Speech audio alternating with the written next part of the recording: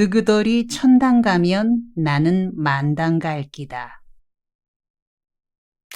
청계천 판자촌에 세워진 활빈교회가 그 설립 목적을 달성해 가려면 먼저 선교 지역 안의 문제들을 자세히 파악하고 그 해결책을 찾아야 했다.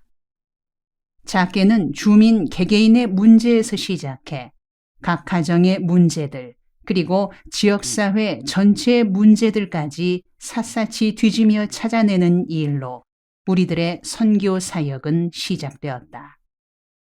나는 판자촌 안의 한 집 한 집을 차례로 방문해 인사를 나누면서 그들과 대화의 문을 열어나가기 시작했다.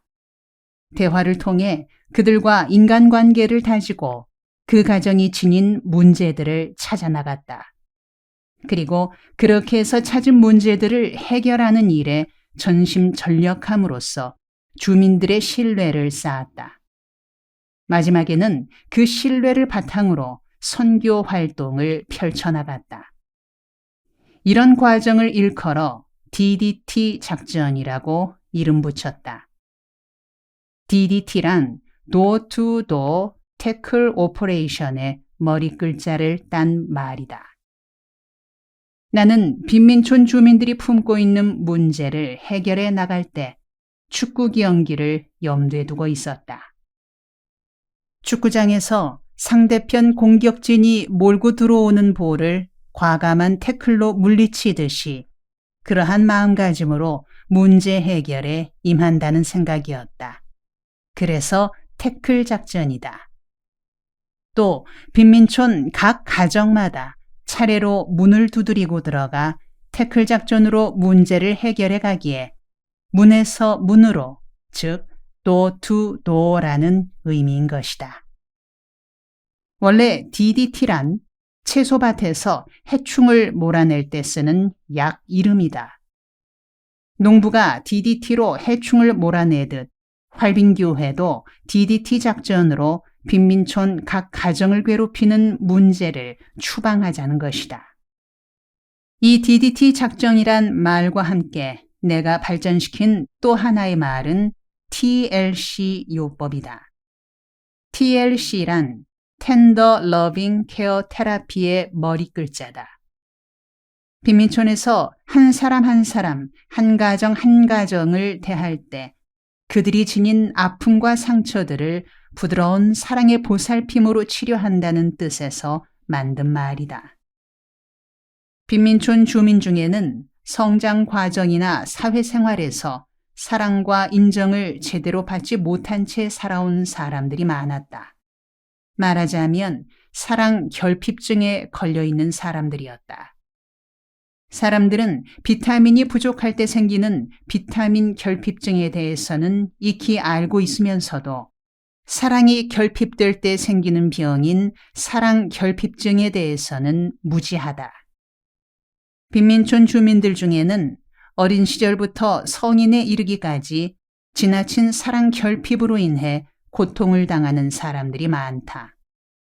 이 사랑 결핍증 환자들은 누군가가 넉넉한 사랑을 베풀고 극진한 관심을 기울여 줄 때 치유된다. TLC 요법은 바로 예수께서 시범을 보이신 사랑 결핍증에 대한 치료법이다. 예수는 이렇게 말했다. 나는 건강한 사람들을 위하여 온 것이 아니라 상한 마음을 고치러 왔다. 예수는 로마 제국의 식민 지배에서 억눌려 살아가는 유대 백성의 상한 마음, 깨진 마음을 싸매주고 치료해주는 일에 온 정성을 쏟았다. 그러한 예수의 발자취를 따라 교회는 어느 시대 어느 곳에서나 상한 심령을 돌보는 일에 헌신해야 한다. 그래서 TLC 요법이다. TLC 요법이 어찌 빈민촌 주민들에게만 필요하겠는가? 현대인은 거의가 사랑 결핍증에 시달리고 있는 환자들이다. 그래서 TLC 요법은 인간이 살아가는 모든 곳에 꼭 있어야 하는 치료법이다. 나는 가끔 신약 성서에 나오는 한 여인의 이야기를 생각한다. 여인은 간음하던 현장에서 잡혀 예수 앞으로 끌려왔다. 그녀를 고소한 자들은 여인을 잡아다 예수 앞에 두고 물었다. 예수 선생, 이 여인을 어떻게 처리해야 할지 말해 보시라요. 만일 예수가 그녀를 용서해 주자고 하면 모세의 율법을 어기는 무법자라고 고소할 참이었고, 예수가 그녀를 관례대로 죽이자 하면 사랑 없는 거짓말쟁이, 위선자라고 몰아세울 속셈이었다. 누군가가 말하기를 인간이 똥개보다 못한 이유는 타인의 과오와 약점을 보고 손뼉치며 의기양양해하는 근성이 인간에게는 있고 똥개에게는 없기 때문이라 했다. 그들의 비뚤어진 마음을 읽은 예수는 땅바닥에 무언가를 쓰며 말했다. 너희 중에 죄 없는 자가 먼저 쳐라. 이 말을 들은 소인배들은 여인을 치려던 돌을 버리고 뿔뿔이 흩어졌다. 예수가 그때 땅바닥에 쓴 글이 무슨 내용이었는지는 알려져 있지 않다. 짐작건대 각 사람의 숨겨진 못된 짓거리들을 하나씩 쓴 게 아니었을까 싶다. 고소한 자들이 다 흩어진 후에 예수는 여인에게 물었다. 누님을 치려던 사람들은 다 어디로 갔습니까? 모두 가버렸습니다. 나도 누님을 환양년이다 죽일년이다 하지 않을 테니 가셔서 다시는 어리석은 짓을 하지 마십시오. 그래서 여인은 정욕에서 해방되고 죽음에서 벗어나 돌아갔다. 나는 이 이야기를 생각할 때면 그때 여인을 보던 예수의 눈을 떠올려 본다. 그 눈동자가 어떠했을까? 인간의 약점과 비열함을 이해하고 그런 인간의 치사스러움에 대해 연민을 지녔던 예수의 눈은 사람을 새로워지게 하는 힘을 지니고 있었으리라. 그리고 그 눈빛에 마주치는 사람마다 그 눈이 지닌 깊이의 감명을 받아 새 삶을 살아갈 용기를 지니게 되었을 것이다. 나는 예수가 인간 영혼의 상처를 치료함에 TLC 요법을 사용했다고 생각한다.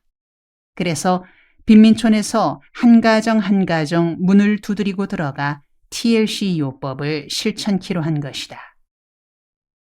빈민촌 판잣집 구조를 보면 우선 담장도 대문도 없다. 문을 열고 들어가면 바로 부엌이고 부엌에 들어서면 바로 방문이다. 방문을 열고 들어가면 서너 평 좁은 방에 67 식구들이 모여 살고 있다. 비가 새거나 연탄가스가 스며들거나 습기가 차거나 통풍이 안 되는 등 문제가 많은 방들이다. 나는 그 문들을 두드리고 다니면서 각 가정에 접근했다. 주민들과 만나는 횟수가 늘어나면서 나는 각 가정이 처해 있는 문제들을 찾아냈다. 그렇게 찾아낸 문제들은 첫째로 그 가정 자체만의 힘으로 해결할 수 있는 문제들. 둘째로 그 가정만의 힘으로는 좀 풀기 어려워서 교회와 힘을 합해 해결해 나가야 할 문제들. 셋째로 그 가정의 힘으로는 도저히 해결할 수 없어서 필히 교회나 외부의 도움으로 해결해야만 할 문제들이었다. 나는 먼저 그 가정의 힘으로 해결할 수 있는 첫 번째 문제들부터 풀어나갈 수 있도록 격려했다. 첫 번째 문제들을 스스로의 노력으로 해결할 수 있게 되면 그 가정과 교회가 공동의 노력으로 해결해 나갈 두 번째 문제들에 도전했다. 끝으로 그 가정으로서는 해결할 엄두를 내지 못하는 세 번째 문제들은 활빈교회 선교팀이 발벗고 나섰다. 활빈교회가 창립된 후 세 번째 맞는 주일이었다. 예배가 중반쯤 접어들었을 때 느닷없이 소주병이 날아들어와 교회 벽에 부딪혀 깨지면서 유리 조각이 사방으로 튀었다. 곧이어 문이 열리더니 동네 불량배 6명이 교회당 안으로 들어섰다. 술 냄새가 코를 찔렀다. 왜 동네 시끄럽게 노래 부르고 야단이야? 내 동네 와서 예배당 영업을 하려면 먼저 이 몸에게 신고를 해야 되는 것이지. 리더로 보이는 자가 험상궂은 기세로 말했다. 교인들이 그 분위기에 눌려 슬금슬금 나가버렸다. 왕년에 주먹개나 썼던 김종길 씨는 이 새끼들 여기가 어디라고 이러는 거야? 하고 힘으로 해결하려고 나섰다. 나는 그를 만류하며 할 수 있는 한 그들을 조용하게 정중하게 대했다. 얼만가 실랑이를 벌이다가 리더격인 자가 야, 이쯤 했으니 가자. 앞으로는 알아서들 기겠지. 하면서 앞장서서 나가자 나머지도 뒤따라 나갔다. 나는 그날 저녁 이슥한 시간에 소주 한 병과 오징어 한 마리를 사들고는 이쯤 했으니 가자고 말하던 젊은이의 집을 찾아갔다. 그는 자고 있었다. 가족들에게 그를 깨워달래서 마주 앉았다. 그런 사람들일수록 1대1로 마주 앉으면 약하고 순한 데가 있는 법이다. 나는 오징어를 구워달래서 소주잔을 마주 들고 앉아 그와 친한 이야기를 나누었다. 내가 예수를 왕초로 모시기 전에 어떻게 방황하며 고민했는지, 지금 믿고 따르는 예수가 어떤 멋쟁이인지, 그 예수가 당신을 어떻게 돕고 싶어 하는지, 내가 이 동네에 무슨 생각을 품고 들어왔는지 등을 차근차근 이야기했다. 내 이야기가 끝나자 그가 불쑥 무릎을 꿇으며 말했다. 성님, 오늘부터 성님으로 모시겠습니다. 나를 동생으로 받아주시겠죠? 성님, 나도 그런 예수라면 믿고 따를 깁니다. 고맙네, 동생. 그 말 들으니 내가 이렇게나 기쁜데 예수 형님은 얼마나 더 기뻐하시겠는가. 이런 대화가 오고 간 후에 그는 엉뚱하게도 면도날을 찾았다. 예수를 큰 형님으로, 김진홍을 작은 형님으로 모시고 인생을 새 출발하는 뜻으로 혈서를 쓰겠다는 것이었다. 나는 그럴 필요까지는 없다고 만류했다. 피 흘리는 문제라면 예수가 십자가에서 이미 다 흘려놓았으니 더 흘릴 것 없고 마음으로만 굳게 다짐하라고 차근차근 설명하며 타일렀다. 그는 그렇다면 혈서는 안 쓰더라도 각서를 쓰겠다고 했다. 나는 무슨 내용을 쓰겠다는 것인지 궁금하기도 해서 그렇게 하라고 했더니 그는 담뱃갑 안에 든 은박지를 펴서 각서란 걸 썼다. 각서. 나는 이 시간부터 예수 믿고 예수를 나의 평생 왕초로 모실 것을 맹세함. 1971년 10월 0일 000. 나는 각서를 받아들고 집으로 돌아왔다. 다음 주일이 되었다. 11시 예배 시간이 되었으나 그는 나타나지 않았다. 혹시나 하는 생각으로 기다렸던 나는 실망스러웠다. 그런데 기도드리는 중에 문이 활짝 열리더니 교회당으로 들어오는 거친 발걸음 소리들이 들렸다. 기도가 끝난 후 보니 미스터 각서가 그의 패거리들을 데리고 와서는 뒷자리에 떡하니 앉아 있었다. 교인들은 그들이 또 소란 피우러 온 줄로 알고 웅성거리기 시작했다. 그들 옆에 앉았던 교인들 중에는 일어나 자리를 옮기려는 이도 있었다. 나는 교인들에게 괜찮으니 앉으라 이르고는 그들을 불러 앞자리에 앉으라고 권했다. 그들은 앞자리로 나와 일렬로 앉아 예배가 끝날 때까지 순한 양같이 예배를 드렸다. 예배 후 나는 미스터 각서에게 일어서서 교우들에게 인사하고 친구들 소개도 하라고 일렀다. 그는 수줍어하며 몇 마디 했다. 길 잃었던 양들이 돌아왔습니다. 잘 부탁드립니다. 험한 일은 저희들에게 시켜주십시오.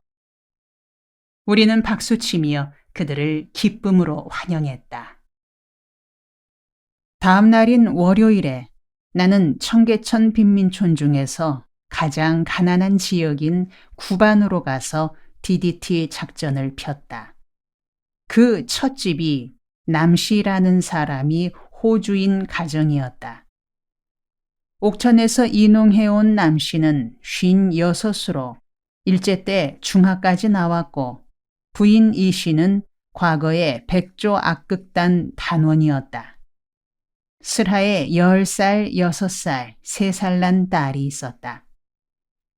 남씨가 노동품을 팔아 살아오던 중 과로와 영양실조로 쓰러져 좌반신 불수로 눕게 되자 부인이 껌파리를 하며 살아가고 있었다. 3살 배기 딸을 업고 극장 앞이며 다방 등으로 껌을 팔고 다녔다.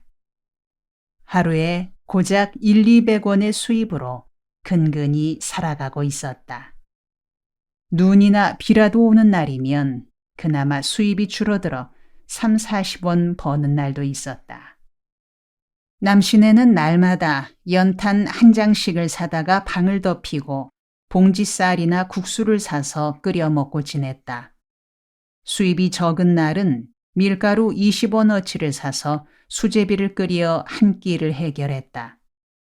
그래서 연탄 한 장값 20원과 세 끼니 밀가루 값인 60원을 합해 총 80원이면 최저 생활이 된다고 했다. 방은 어둡고 먼지투성이인데 환기구가 없었다. 그래서인지 세 아이 모두 기침감기에 걸려 콜록거리고 있었다. 나는 두 부부와 마주 앉아 그 가정의 문제들을 정리했다. 첫째, 호주 남씨의 치료. 둘째, 부인이 껌파리보다 좀 더 수입이 많고 안정된 일감을 구하는 일. 셋째, 막내딸의 눈병 치료. 넷째, 환기창과 채광창을 내는 일. 다섯째, 10살짜리 첫 딸을 학교에 넣는 일. 여섯째, 말소된 주민등록증을 되살리는 일. 나는 다음 날부터 문제들을 하나씩 해결하는 일에 몰두했다. 그러는 사이에 그들은 교회에 나오게 되었고 생활의 질서가 잡히면서 남씨의 건강도 눈에 띄게 좋아졌다. 이윽고 남씨는 쓰레기통을 뒤져 쓸만한 물건들을 모아 팔아서는 푼돈을 벌 수 있을 정도가 되었다. 하루는 부부를 불러 물었다. 두 분이 자립해서 살아갈 수 있도록 밀어드리고 싶은데 어떻게 하면 되겠습니까?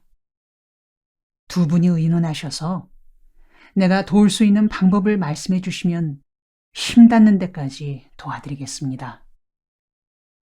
아이고, 황송한 말씀입니다. 미물 같은 우리를 그만큼 생각해 주시는 것만도 감지덕지한 일입니다. 안 그래도 우리 부부는 이를 악물고 한번 일어서 보자. 뼈가 으스러지는 한이 있더라도 악착같이 벌어서 한번 사람답게 살아보자고 다짐하고 있는 중입니다. 거참 귀한 일입니다. 두 분께서 이미 그런 마음을 품고 계시다니 한결 좋습니다. 그런 각오로 살아가신다면 꼭 성공하실 겁니다. 그 각오를 이루어 나가시는데 제가 돕고 싶습니다. 부담 갖지 마시고 말씀해 주십시오. 정 그러시다면 말씀드리죠. 뭐 큰 도움이 필요한 것도 아닙니다. 중고니아과 한 대만 있으면 둘이서 참새구이 장사와 오뎅 장사를 해서 자립할 수 있겠습니다. 그거 좋은 생각입니다. 그렇다면 중고 손수레 한 대가 얼마면 될까요? 예, 아쉬운 대로 쓸만한 게 7,000원쯤이면 될 것 같습니다. 그렇습니까? 그럼 제가 7,000원을 빌려드릴 테니 이자는 그만두고 원금은 갚을 수 있을까요? 아이고, 하늘 같은 말씀이네요. 갚고 말고요. 그 돈 안 갚으면 마른 하늘에 벼락 맞을 일이죠. 이자를 내더라도 갚을 것인데 원금만 갚는다면야 더 잃을 말이 있겠습니까? 나는 그 길로 시내로 들어가 친구를 찾았다. 이자는 못 주지만 원금은 갚을 테니 1만 원을 빌려달라고 간청했더니 친구는 회사에서 가불하여 1만 원을 빌려주었다. 나는 남씨에게 그 돈을 주며 말했다. 남씨, 내 친구한테 1만 원을 빌려왔습니다. 손수레 값이 7,000원이라 했습니다만 손수레만 있어서야 되겠습니까? 오뎅 장사하려면 재료도 있어야 하고 밤에 켤 등도 준비해야 할 테니 1만 원을 빌려드리겠습니다. 이 돈을 언제 갚을 수 있겠습니까? 2달이면 넉넉하겠습니다. 그러면 3달 기간을 드릴 테니 약속을 지켜주십시오. 그렇게 해서 남씨에게 1만 원을 건네주었으나 웬일인지 며칠이 지나도 손수레를 사는 기미가 보이지 않았다. 염려스러워 물었더니 남씨는 리어카는 아무 때나 사도 되는 것이고 다른 재료들부터 준비 중이라 시간이 걸린다고 하였다. 나는 그러려니 생각했다. 그러던 어느 날 밤늦게 시내에 나갔다가 돌아오는데 동네 어귀에 한 부인이 아기를 업은 채로 쓰러져 있었다. 아직 초겨울이긴 하나 살얼음이 얼 정도로 싸늘한 날씨였다. 등에 업힌 아기가 울고 있었다. 곁에 가보니 남씨의 부인이었다. 왕년에 백조 악극 단원께서는 술에 곤죽이 돼 얼어붙기 시작하는 길에서 주무시고 계셨다. 내가 일으켜 세우니 그녀는 몸을 가누지 못한 채 흐느적거리며 말했다. 나이 참놈아, 네가 내 몸을 탐내는 기야. 나는 진땀을 빼며 그녀를 집까지 데려다 주었다. 집에 가서 남씨를 찾았더니 부부는 일심동체라던가 남편도 술에 곤죽이 돼 혀가 돌아가지 않는 상태였다. 남씨는 개슴츠레한 눈으로 나를 보며 말했다. 예수선상, 미안하구만이라요. 이 몸이 또 죄를 지었소이다. 가롯 유다 노릇을 했다 이 말이오. 그는 억억하며 음식물을 토해내고 있었다. 나는 아무 말 없이 집으로 돌아와 잠자리에 들었다.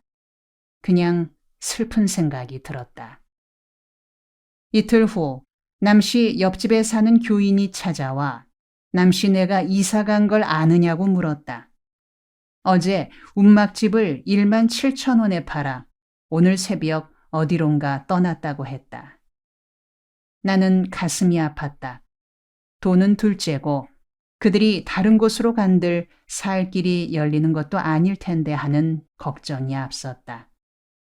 그들은 왜 도망치듯 이사를 갔어야만 했을까? 내가 뭔가를 잘못하여 그들이 그릇돼 버린 것만 같았다. 그 5 식구가 지금은 어디서 고단한 인생을 살고 있을지. 그들이 보고 싶어진다. 어느 하늘 아래서든 부디 사람답게 살아만 주었으면 하고 바랄 뿐이다. 남씨가 살던 집을 지나면 최 씨네 집이 있다. 최 씨는 33살로 경상도 안동에서 농업고등학교를 졸업한 후 고향에서 농사를 짓다가 더 잘 살아보겠다고 서울로 올라왔다. 내가 처음 방문하던 날, 맞이인 병규가 혼자 집을 지키고 있었다. 병규는 집안 사정을 알려주었다. 아버지는 직업이 없고 어머니는 아버지가 너무 때려서 지난 봄에 집을 나가버렸다. 지금은 3남매와 68 잡수신 할머니가 있다. 어머니는 몇 년 전에도 한 번 집을 나갔댔는데 식모살이로 돈을 모아 들어오니 아버지가 좋아하며 다시 살았다. 그러나 돈이 떨어질 때쯤 되자 아버지가 또 술을 먹고 때리기만 해 어머니는 견디지 못하고 나가셨다. 이번에 나간 후로는 아직 소식이 없으시다. 우리 3남매는 술만 먹고 엄마를 때리기만 하는 아버지가 죽고 엄마가 돌아와 함께 살았으면 좋겠다. 늙은 할머니가 집안일을 보는데 병들고 쇠약하셔서 힘에 부친다. 할머니는 지금 창가학회에 나가시는데 매일 기도하신다. 할머니의 기도 제목은 아버지 술병 고치는 것과 집이 부자 되는 것 두 가지다. 우리는 굶는 게 제일 싫다. 겨울 내내 밀가루 수제비만 먹어서 이제 수제비라면 냄새조차 맡기 싫다. 오늘 아침에는 배춧국만 끓여 식구들이 한 사발씩 마셨다. 생활비는 삼촌이 가끔 와서 주고 가고 동네 아줌마들이 할머니와 우리가 불쌍하다고 가끔 먹을 것을 가져다 준다. 이상이 병규가 내게 들려준 집안 사정이었다. 그들이 사는 집은 너무 낮아 허리를 굽히고 들어가 방바닥에 앉으면 천장에 머리가 닿았다. 며칠 후 병규 아버지 최 씨를 만나 이야기를 나누어 보니 착하고 온순한 성격이었다. 그러나 술이 왼수였다. 술만 들어가면 난폭한 사람으로 변했다.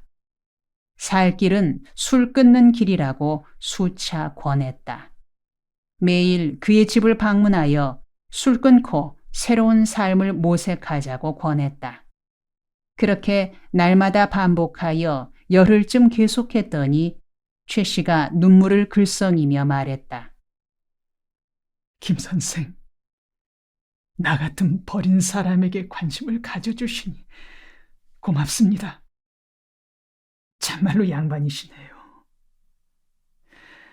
목숨 걸고 술 끊기에 한번 도전해 볼랍니다. 그 후로 그와 술의 싸움은 처절한 전쟁이었다. 술을 먹고 싶을 때는 자기 손으로 두 발을 묶고 아들 병규에게 손을 묶어달래서 먹고 싶은 술을 참고 견딜 정도였다. 이런 싸움 끝에 그는 술 끊기에 성공하여 다시 직업을 얻게 되었다. 이제 매질에 못 이겨 집을 나간 병규 엄마만 돌아오면 최 씨 가정은 행복한 삶을 누릴 수 있을 것이었다. 나는 병규 엄마가 있을 만한 곳을 찾아다녔다. 남편이 변화된 것, 할머니 몸이 편찮으신 것, 삼남매가 눈물로 기다리고 있는 사정 등을 설명하고 집으로 돌아오도록 설득할 작정이었다. 그러나 끝내 병규 엄마의 종적은 찾을 수 없었다. 나는 병규네 집으로 가서 삼남매와 손을 잡고 할머니 병상 곁에 앉아 기도했다. 예수님, 우리 엄마 집으로 돌아오게 해주세요. 예수님, 우리 엄마께 아버지 술 안 먹는다고 알려주세요. 할머니가 아파서 돌아가시게 된 것도 알려주세요. 예수님, 우리들이 너무너무 보고 싶어하는 것도 엄마께 알려주세요. 삼남매는 그렇게 기도하며 홀짝홀짝 울곤 했다. 나도 따라 눈물이 났다. 그래도 병규네는 아버지가 술을 끊을 수 있게 돼 여간 다행한 일이 아니었다. 한 인간이 좌절과 파탄에서 벗어나 용기와 희망을 갖는 것을 보며 나는 이루 말할 수 없는 보람을 느낄 수 있었다. 최 씨 집을 지나면 이 씨 가정이다. 막대기를 삼각으로 세워 인디언 움막처럼 지은 움집에 7 식구가 살고 있었다. 68빈 이 씨의 생업은 동네 입구에 돗자리를 깔고 사주 관상, 택일 궁합 등을 적은 종이들을 펼쳐놓고 앉아있는 일이었다. 그의 부인 김 씨는 전에는 성당에 다녔으나 지금은 창가학회에 나가고 있었다. 천주교 신자였던 그녀가 창가학회로 발걸음을 돌리게 된 것은 병든 아들 때문이었다. 26인 아들 원섭이는 노동판에 다녔었는데 원인 모를 병을 얻어 1년 반이 넘도록 자리에 누워 있었다. 피골이 상접한 원섭에게 병원에 가서 진찰을 받았느냐고 물었더니 처음 아플 때 보건소에 가서 엑스레이 검사를 받았더니 혈액이 아니라는 것만 알려주었다고 했다. 보건소는 결핵 환자만 돌보기 때문에 자신은 도움을 받지 못했다고 했다. 그 후에는 병원에 가보지 못했노라고 했다. 뼈만 남은 앙상한 몸으로 목에서 쌕쌕하는 소리를 내며 기침을 했다. 기침할 때마다 고통스러운 표정을 짓곤 했다. 이미 기운이 쇠잔할 대로 쇠해서 일어나 앉을 수조차 없어 죽을 날만 기다리고 있는 형국이었다. 곧 병원에 가서 진찰이나마 한번 받아볼 수 있도록 주선해 보겠다고 했더니 원섭은 기쁜 표정을 지으며 베갯머리를 뒤지더니 300원을 끄집어냈다. 진찰 비용에 보태달라는 거였다. 병원에 가고 싶어 푼푼이 모은 돈이었다.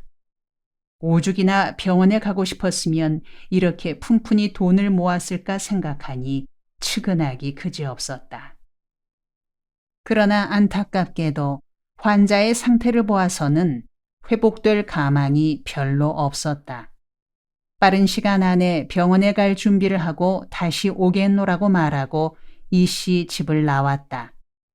나는 활빈 교회로 와서 가만히만 깔아놓은 흙바닥에 무릎 꿇고 원섭이를 치료할 수 있는 길을 열어달라고 예수님께 기도했다. 기도 후 점심 식사를 하고 있는데 갑자기 골목 어귀에서 귀청이 찢어질 듯한 외마디 소리가 들렸다. 철거반 왔다! 이 한마디의 위력은 엄청났다. 온 동네에 갑자기 긴장감이 돌더니 여기저기에서 후다닥 뛰어다니는 사람들의 발걸음 소리가 요란스러웠다. 단걸음에 밖으로 나가보니 청계천 뚝 위에 철거반 차가 와 있었고 철거반원 10여 명이 한 집으로 우르르 몰려가고 있었다.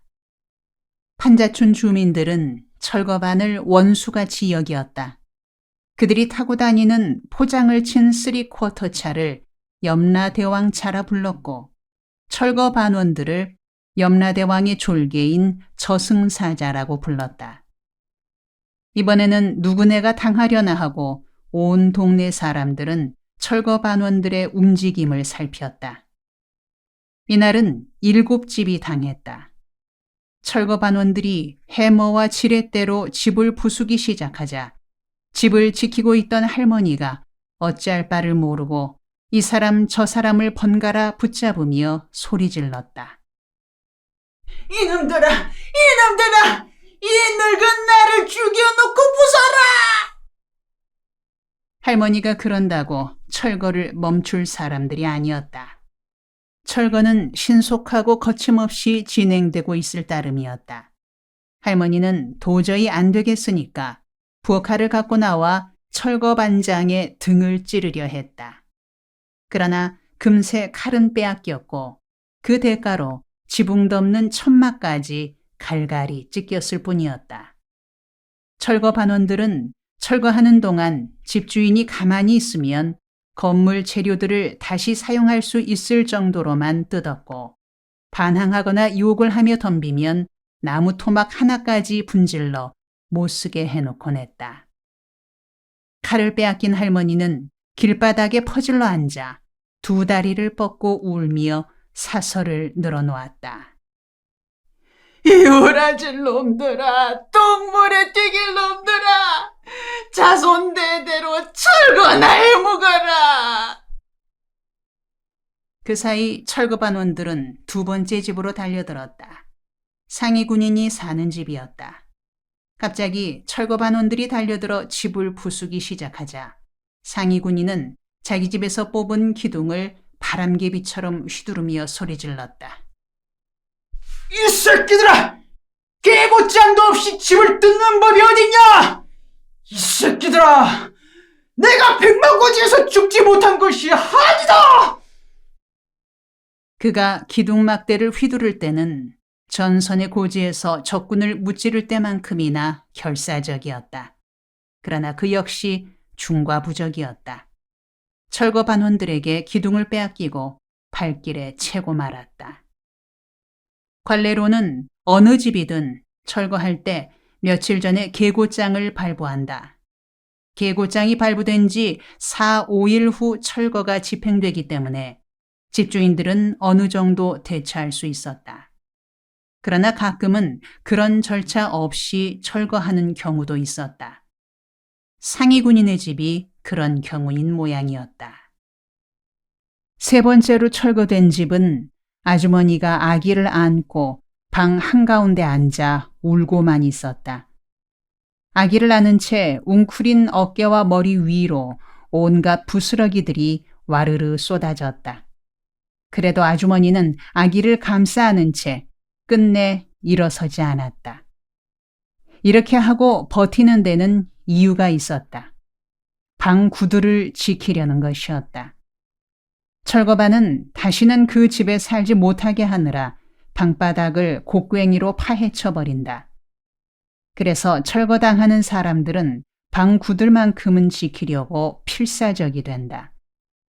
집 껍데기는 헐린다 해도 방바닥만 성하면 그 위에 움집을 짓고 다시 살아갈 수 있기 때문이다.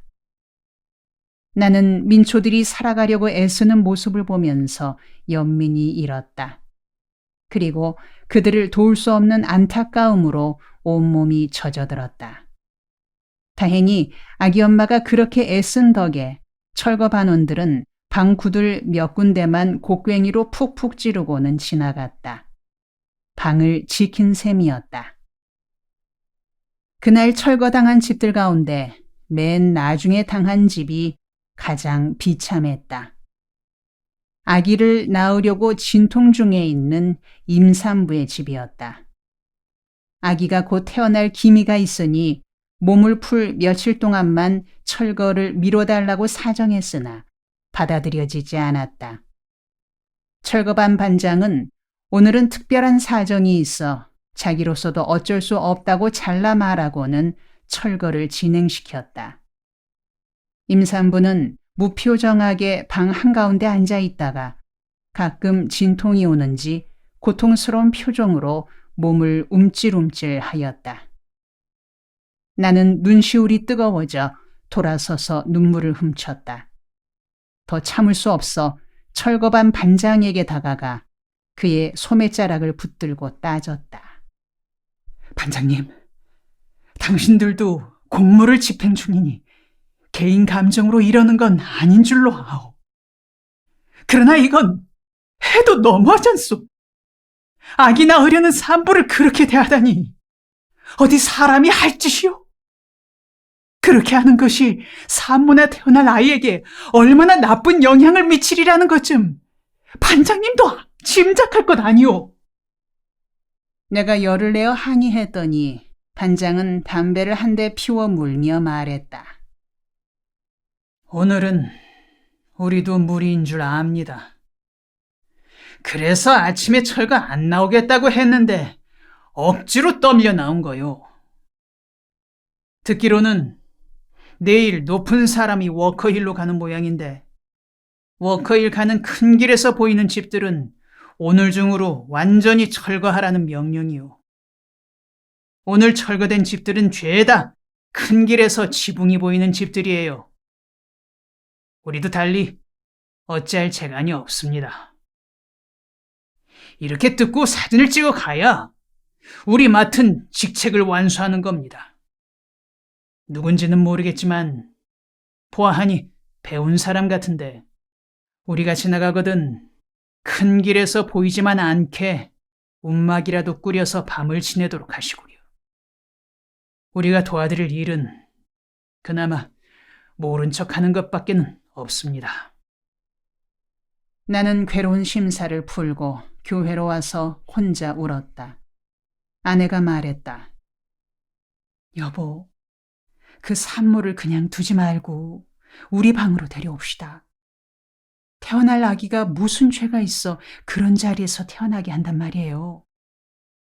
우리가 예배당 바닥에 이불 깔고 자더라도 그 산모를 집으로 데려옵시다. 나도 옳은 말이라 여겨 손수레에 산모를 태워 방으로 데려왔다. 산모는 고맙다는 말을 거듭하면서도 불안한 마음을 감추지 못했다. 방을 산모에게 비워주고 교회당 바닥에 배녀판을 깔고 담요를 겹으로 깐 자리에 누운 우리 부부는 밤을 지내며 많은 이야기를 나누었다. 여보, 오늘 철거 장면을 보고는 어떻게 표현해야 할지 어안이 벙벙할 따름입니다. 사람 사는 사정이 이렇게도 다를 수 있을까? 도무지 믿어지지가 않아요. 다리 저편에는 고층 건물들의 호화로운 주택들이 즐비한데 다리 이편은 인간 이하의 삶을 살고 있잖아요. 우리가 여기서 이렇게 하는 일도 밑빠진 항아리에 물 붓기 아닐까요? 나로서는 이곳에 적응하기가 힘들어 하루라도 속히 밖으로 나가 정상적인 사람들과 정상적인 삶을 살고 싶지만 당신이 사명으로 알아 헌신하고 있으니 어쩔 수가 없군요. 그래도 그동안 이 지역에 있어 보니 가난한 사람들에 대한 예수님의 마음을 조금은 이해할 것도 같아요. 나는 차분한 소리로 아내에게 말했다. 서울시는 하나의 시가 아니고 세 개의 시가 모여서 이루어진 도시요. 첫째는 재벌들과 높은 자리에 앉은 사람들, 그리고 외국인들이 사는 서울특별시. 글자 그대로 특별한 사람들이 사는 특별시죠. 둘째는 교수, 교사, 공무원, 장사꾼 등이 살고 있는 서울 보통시. 말하자면 보통 사람들이 보통으로 살고 있는 보통시요. 셋째는 우리가 살고 있는 판자촌인데 일컬어 서울 하등시라 하오. 서울특별시 시장은 양택식이란 사람이고 서울 보통시는 보통 사람들이니 시장이 필요 없고 서울 하등시는 아직 시장이 뽑히지 않아 공석이니 우리가 시장으로 출마합시다. 내가 시장으로 당선되면 당신은 시장 부인 사모님이 되는 거고 우리 아들 동혁이는 시장의 아들로 귀하신 몸이 되는 거요. 우리 부부는 이런 이야기를 나누며 웃었다. 저녁 식사로 수제비 한 그릇씩을 먹고 난 후 낮에 철거당한 집들을 한 바퀴 돌았다. 양식이 없는 가정에는 먹을 것을 보내고 이불이 부족한 집들에는 담요를 보냈다. 그나마 움집도 꾸리기 어려운 집들에는 추울 테니 차라리 교회당으로 가서 밤을 지내자고 권했으나 허물어진 자리나마 내 집이니 그 자리에서 견디겠노라고 했다. 길가의 잡초처럼 끈질긴 사람들이었다.